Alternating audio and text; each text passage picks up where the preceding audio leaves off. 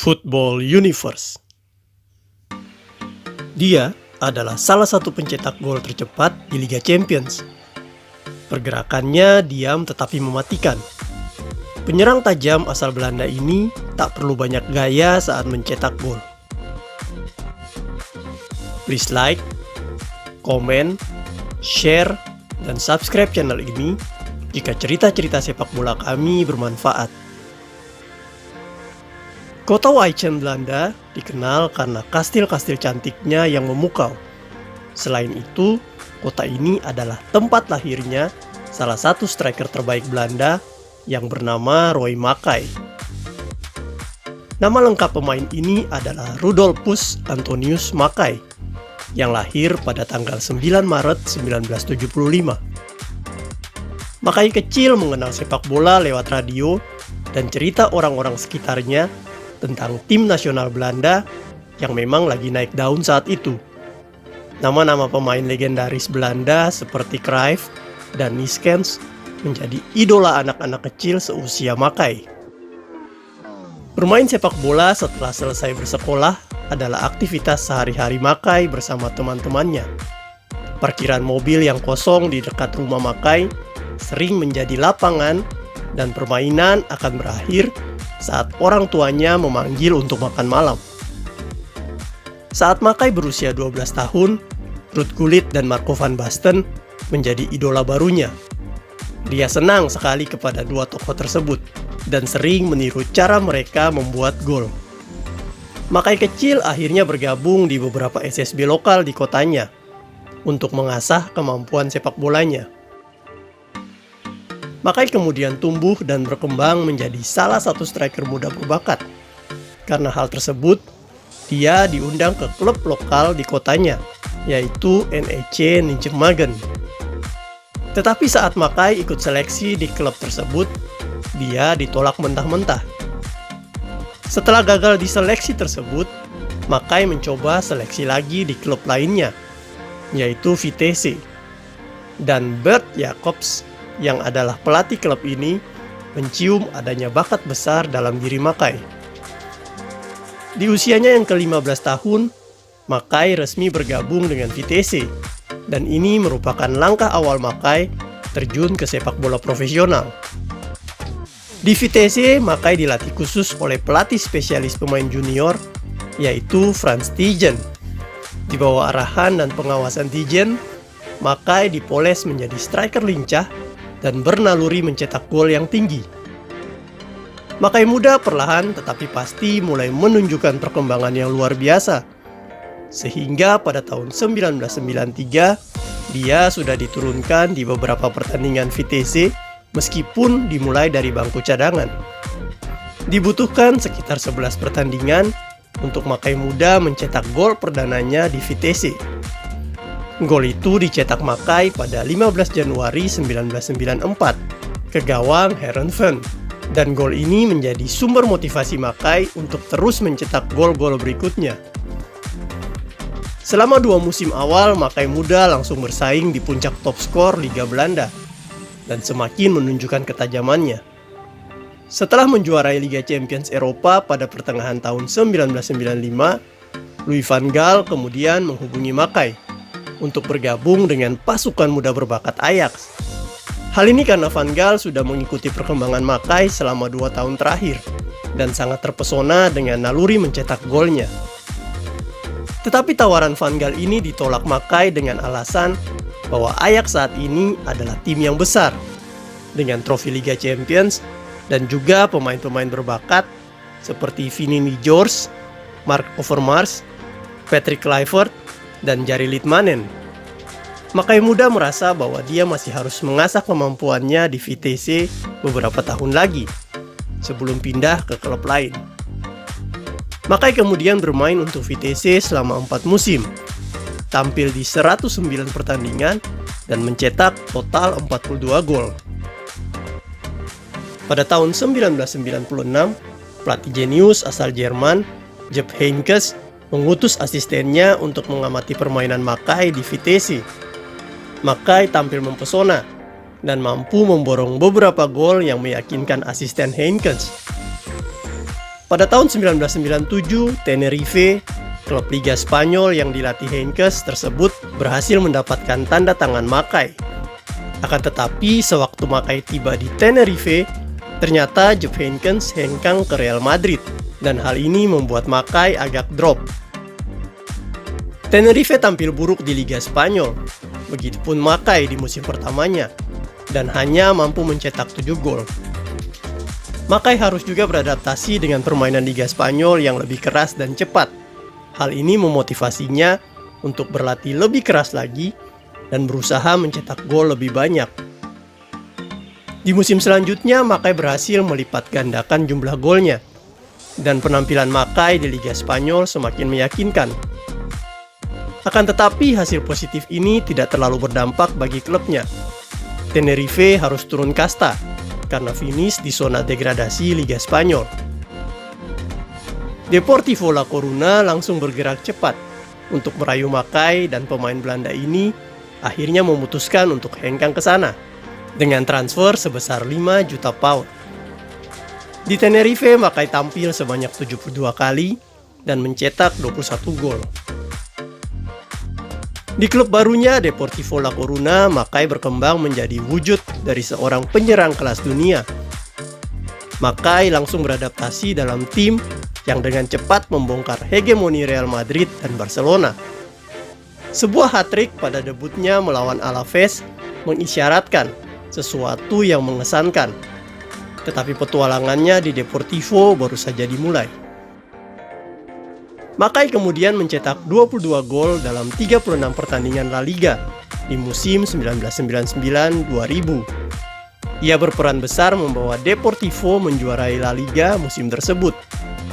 Dengan mengantongi 21 kemenangan dan 6 hasil seri, Deportivo mengungguli FC Barcelona dengan perbedaan 5 poin, yaitu 69 berbanding 64. Salah satu kunci keberhasilan Deportivo adalah mampu memetik kemenangan saat menjamu dua raksasa La Liga, Barcelona dan Real Madrid. Mereka mengalahkan Real Madrid 5-2 di Stadion Riazor. Roy Makai menjadi pencetak gol pembuka kemenangan Deportivo. Sampai matchday ke-10, Barcelona masih menjadi favorit juara. Permainan mereka indah dan mereka memiliki beberapa pemain terbaik dunia, yang salah satunya adalah Rivaldo. Selain itu, Barcelona dilatih oleh pelatih yang awalnya mencoba memikat Makai ke Ajax 4 tahun sebelumnya, yaitu Louis van Gaal. Tetapi Makai berhasil membuat Van Gaal kembali menyesal dengan mencetak 2 gol yang sekaligus membawa Deportivo menang 2-1 atas Barcelona. Keberhasilan Deportivo menjuarai La Liga 1999-2000 saat itu sungguh mengejutkan publik Spanyol. Bersama Atletico Madrid dan Valencia, Deportivo sekali lagi menjadi pengganggu dominasi Barcelona dan Real Madrid. Dibarengi kekompakan bersama Jalminha, Diego Tristan, Fran, Mauro Silva, dan Makai, mereka mampu memperlihatkan bahwa skuad kecil bisa berprestasi besar. Saking hebatnya kekuatan Deportivo kala itu, publik sampai menjulukinya dengan sebutan Super Depor. Kesuksesan Deportivo tak lepas dari aksi Roy Makai dan juga Diego Tristan. Duo superstar Deportivo ini sangat masyhur pada zamannya dan merupakan andalan tim ketika merengkuh satu-satunya titel tertinggi mereka di Spanyol. Tristan dan Makai membentuk duet ujung tombak yang menakutkan, dengan masing-masing tampil sangat produktif di musim itu. Total sebanyak 41 gol berhasil mereka ceploskan. Pada musim 2002-2003, Makai menjadi pencetak gol terbanyak di La Liga dengan koleksi 29 gol, serta meraih sepatu emas Eropa 2003 sebagai tanda pencetak gol terbanyak di kompetisi-kompetisi elit benua biru. Nama Roy Makai kian dikenal luas setelah mencetak 3 gol ke gawang FC Bayern yang dijaga kiper Oliver Kahn pada 19 September 2002. Kala itu Makai sedang menjalani musim terakhirnya untuk Deportivo La Coruna. Kebobolan 3 gol oleh Makai bagaimanapun adalah sebuah berkat terselubung untuk Bayern Munchen. Dalam diri Makai, mereka menemukan seorang penyerang baru Dari Spanyol, Makai kemudian melanjutkan karirnya ke Jerman untuk membela Bayern Munchen. Di Bayern Munchen, Makai benar-benar tampil fantastis. Kesuksesan dan popularitas ia dapatkan ketika bermain di tim kebanggaan kota Munchen ini. Selain berbagai gelar juara, prestasi terbaik yang berhasil ditorehkan Makai ketika bermain di sana adalah tercatat dalam rekor sebagai pencetak gol tercepat di ajang Liga Champions. Ketajaman Makai dapat disamakan dengan striker legendaris Gerd Müller, kata Franz Beckenbauer pada September 2004.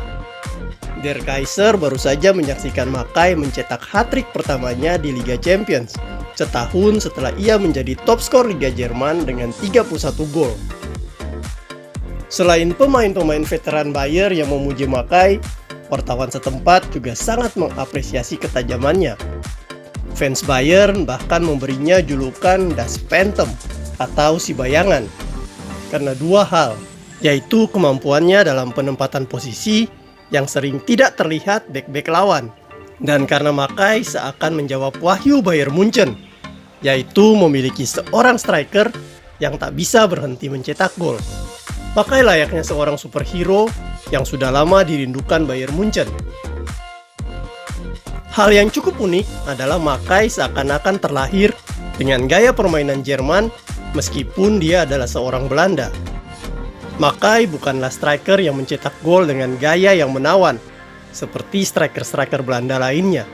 Jika kita pernah melihat Kluivert, Bergkamp, Nistelrooy, dan bahkan Van Persie mencetak gol, selalu ada gerakan lincah yang mereka peragakan khas sepak bola Belanda. Tetapi Makai mencetak gol dengan sederhana dan tak banyak gaya. Kesederhanaan ini mirip dengan striker-striker Jerman yang juga tidak banyak gaya, tetapi yang terpenting adalah mencetak gol. Makai memperkuat Bayern Munchen selama 4 musim dan memainkan 129 pertandingan dengan membuat 78 gol. Ketajamannya di lini depan tak diragukan lagi, dan trofi Bayern Munchen bertambah banyak di lemari, salah satunya karena peran Makai. Pada pertengahan 2007, Makai akhirnya memutuskan untuk pulang kampung dan membela Feyenoord karena dia merasa usianya sudah tidak muda lagi, yaitu 32 tahun. Di Feyenoord, Makai cukup dihormati sebagai pemain senior. Dia diandalkan di lini depan sekaligus memimpin junior-juniornya yang butuh banyak belajar dari pengalamannya. Makai menghabiskan 3 musim di Feyenoord, tampil dalam 83 pertandingan, dan masih mampu membuat 36 gol. Makai kemudian pensiun pada tahun 2010 menjelang Piala Dunia Afrika Selatan. Kesuksesan Makai di level klub ternyata berbanding terbalik dengan keberadaannya di tim nasional Belanda. Tim nasional Belanda waktu itu memiliki 2 striker yang lebih dahulu bersinar, yaitu Patrick Kluivert dan Ruud van Nistelrooy. 2 striker ini memang telah menunjukkan penampilan yang luar biasa, baik di level klub maupun di tim nasional. Keberadaan Makai di tim nasional selalu berada di bawah bayang-bayang 2 striker ini. Menurut legenda Johan Cruyff, Ruud van Nistelrooy merupakan penyerang yang hebat, namun bukan pesepak bola yang bagus. Sementara Kluivert sebaliknya, bukan penyerang hebat, tapi merupakan pesepak bola yang bagus. Namun Makai berada di antara keduanya. Ia merupakan penyerang dan pesepak bola yang juga sama bagusnya. Makai bisa secara tiba-tiba sudah berada di muka gawang lawan dan mencetak gol. Makai cerdik dan memiliki reaksi yang cepat seperti Ruud. Tetapi ia juga cerdas dan bisa terlibat banyak dalam permainan secara keseluruhan seperti Kluivert. Selain itu, gaya bermain Makai tidak cocok dengan gaya bermain total football ala Belanda. Makai lebih senang jika timnya membangun serangan, tidak terlalu banyak mengalirkan bola di pemain belakang dan gelandang. Dia lebih senang bola segera dialirkan ke striker. Kemudian striker dengan cepat melakukan penyelesaian seperti di sepak bola Jerman. Tetapi total football Belanda waktu itu lebih banyak melakukan penguasaan bola dan baru mengumpan ke striker jika memang terbuka peluang di daerah striker tersebut. Karena ketidakcocokan ini, maka keberadaan Makai dinilai tidak terlalu menolong tim nasional Belanda. Selama 9 tahun keluar masuk tim nasional Belanda, Makai hanya tampil di 43 pertandingan dan mencetak 6 gol. Meskipun demikian, Makai tetap dikenang sebagai salah satu striker tajam di dunia. Para pencinta bola tak akan bosan untuk mengenang sang legenda. Gol-golnya, gaya penetrasinya, tendangan kerasnya, serta kecepatannya selalu terkenang di hati pencintanya. Makai adalah bakat striker yang paling dicintai dalam lintas generasi.